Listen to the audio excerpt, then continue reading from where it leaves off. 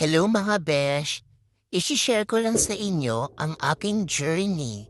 Ayan, nakikita niyo naman ang aking mga old pictures. Diba ang taba-taba ko? Yan, since birth nga pala mga besh, mataba na ako.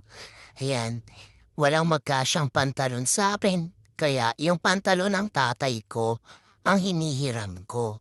Ayan, nag-gym pa ako pero wala namang nangyari. Same pa din, mataba pa din ako. Ayan, nagtatrabaho nga pala ako sa dental clinic.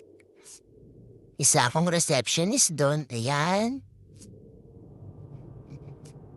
'Di ba, ang taba-taba ko pa, ang laki ng tiyan, ang laki ng pisngi, ang laki lahat, ang laki ng braso.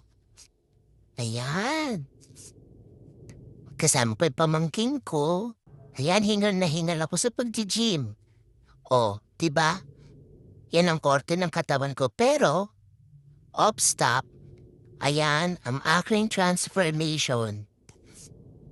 Yan from Super XL. Ngayon ang size ko parang medium tsaka small.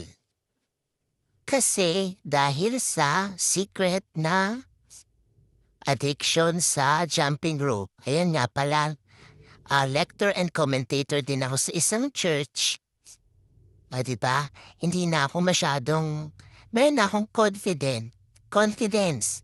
Kasi nagsilit na, nagkakasya na yung mga damit.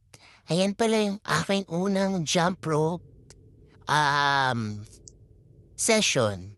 Yan, makikita mo maano pa ako dyan. Hindi pa ako marunong.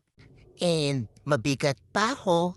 Tsaka fat pa. Yan, bigla akong pumayat kasi inaraw-araw ko yung pagtalon. Talon lang ng talon, yan. Talon ng talon.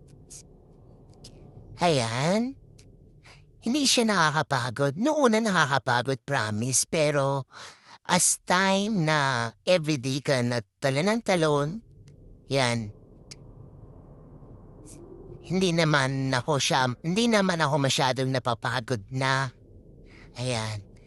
So, inaraw-araw ko siya. Sige lang, practice ng practice, drills ng drills, nanonood ako ng mga videos. Tapos ginagaya ko sila on my own, tapos ayan na ako ngayon.